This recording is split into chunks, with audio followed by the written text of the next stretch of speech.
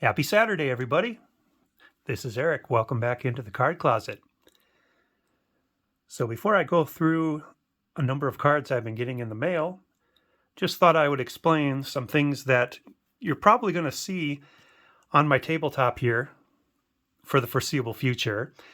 I've gotten some charts of the royal family trees for Europe and got them spread out. They came all rolled up, so I've got them spread out on my table here and being weighted down with cards to get them to lay flat.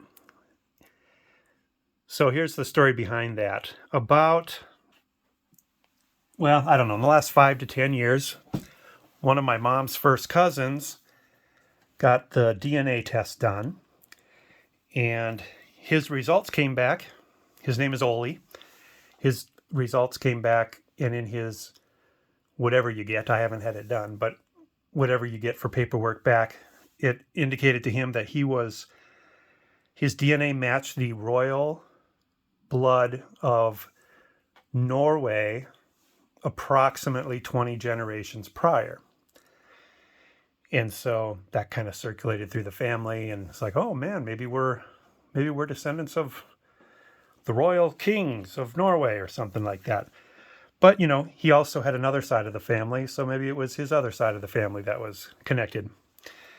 Well, my mom has a second cousin who I've never met. He lives out in Oregon, and he had traced our family tree back to Norway probably a number of years ago, and I had seen copies of it before, and he had gone back, I don't know, probably shouldn't make a guess, but 1400s, 1500s, some of the lines he had gone back that far into Norway. Well, he heard this news about cousin Oli getting that DNA sample match for the royal family of Norway. So he took it back a little bit further because he was curious, and he was able to hook our family tree back to King Haakon V of Norway. So I'm not sure how well this will show here, but this is King Haakon V right here.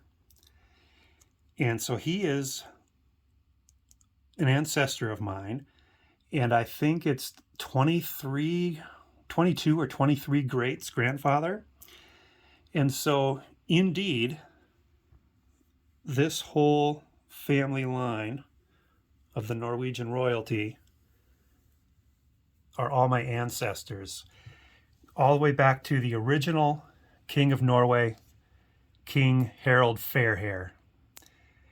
A couple other famous names.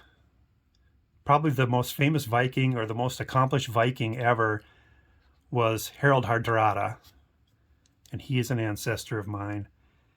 And a couple other interesting things. There is a marriage in here. So here's my ancestor, King Haakon V. His mother was the princess of Denmark. So her father was King Eric IV of Denmark. So since she is my ancestor, that makes this entire line of the Danish royal family tree, makes them my relatives also through a different line. The big name there is King Harold Bluetooth. He is an ancestor of mine, and he is the one who the Bluetooth wireless technology is named after. And that Bluetooth symbol that you see on your phone are his initials written in the ancient language. There's another marriage right here.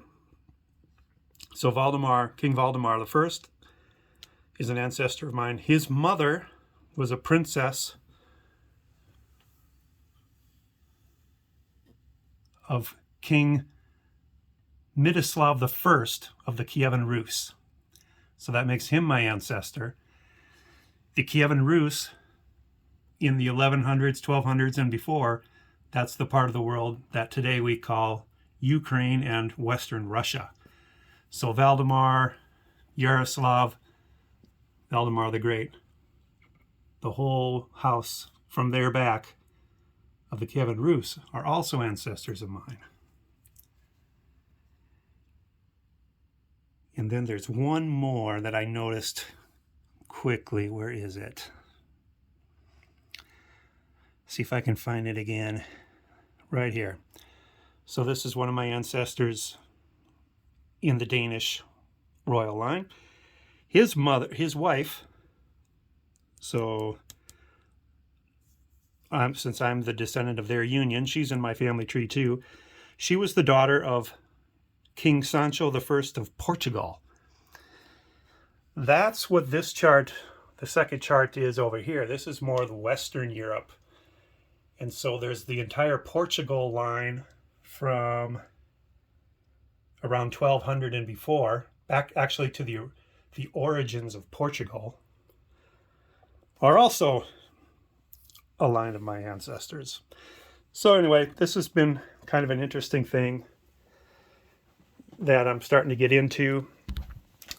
I probably will use this channel to share some of my findings with my relatives and distant cousins.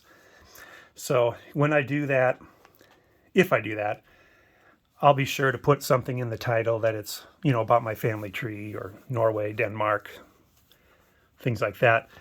So hopefully you can, if you're not interested in that, you can just quickly move on and skip that video. But it appears, according to my mom, and hi Mom, hi Dad, they're loyal watchers of my channel. According to my mom, it appears that I'm the one who's most interested in my generation in doing this kind of research. And I love facts and history, so I will probably do more research than my cousins probably, and so I'll be the one very likely disseminating the information of what I find out. So probably will use this channel as a distribution method. So just kind of giving you a warning there. All right, you're here to see cards. Here's a lot of the cards that I've received lately. I'm going to show this many.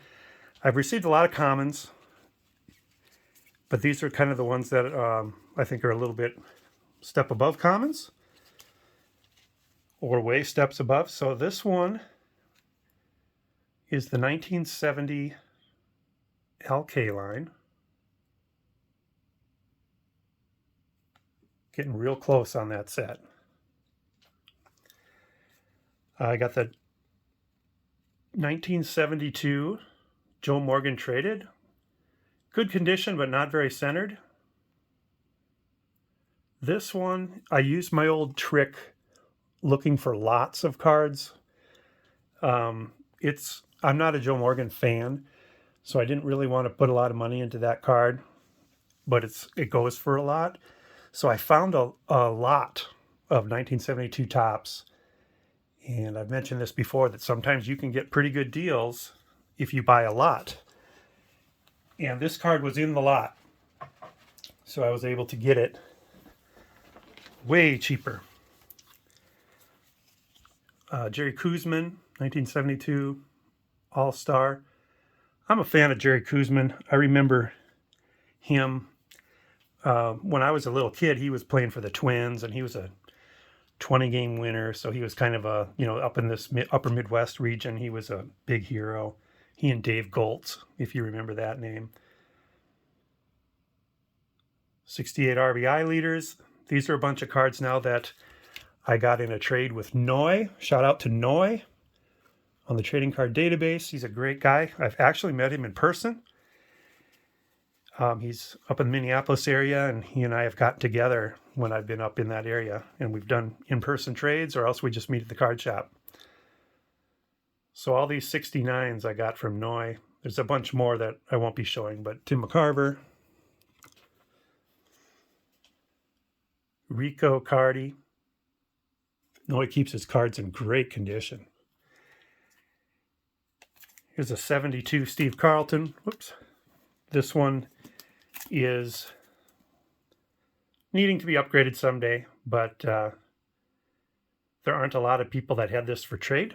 So I went for the one I could get, traded appropriately, and at least I plugged the hole for now.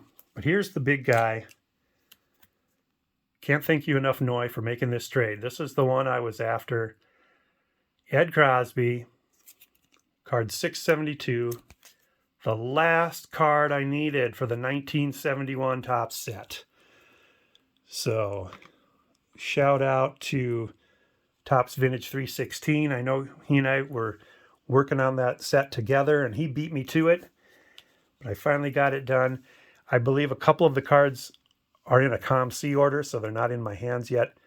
But as soon as I get all the cards put together and sheeted up and in a binder, I will do a video on that set. Here's some miscellaneous Carl Yastrzemski cards that I've got while trading. You know, it's easy for me just to throw Carl Yastrzemski out there on my want list, and it enables a lot of trades that otherwise I wouldn't get because my want list is pretty slim pickings. So I just added Carl Yastrzemski, want it. And that opens up a lot of trades. And I like to trade because I'm trying to get rid of all these doubles. Here's a couple that I got in another trade. 2021 Bowman. Some Red Sox prospects here. Tristan Casas. I have high hopes for him. He's a big dude. And then Jeter Downs. What should we go next? Picked up this one in a trade. Mason Crosby. Go Buffs. I just put a bunch of Colorado Buffalo cards in my want list too to shake loose some more trades. Not that I'm pursuing them heavily, but you know what? I don't mind having them. Here's a Stadium Club. Pedro. These actually were just thrown into my want list too, just to generate a trade. Sometimes I get people that will message me and say, hey, is there anything in my want list that you'd take and trade for, or in my trade list that you take for such and such? And I usually will try to find something in their list that would help make the trade.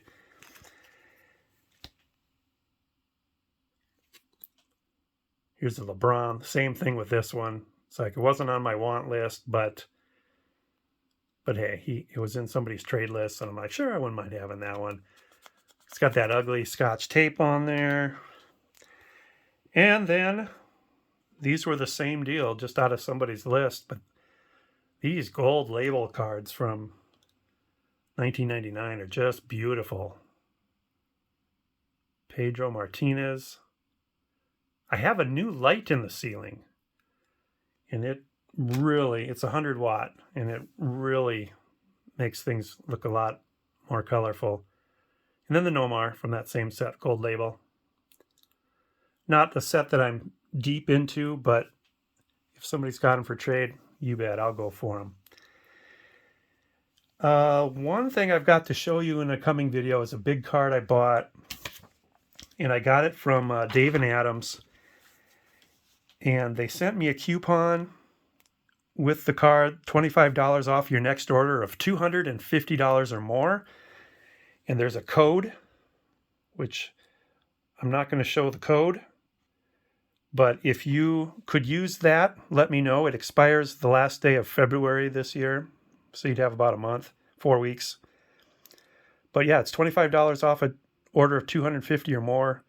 I'll send you the code if you would use it, because I looked at their site and there's nothing there that I probably will need right now. So let me know if you'd like that. All right, that one kind of got away from me, guys. Sorry about that. Hope you liked those cards. I'm also working on some of those brick breaking ideas that you guys have shared, and so I've got a bunch of little clips going as I try different ideas of yours. I've just got to kind of put the whole thing together and get a video out there for it. So taking a little time on that, but I'll get that one out quick here too. So it is Saturday night. I hope you guys have a great rest of your weekend, and we'll talk to you again soon. Bye.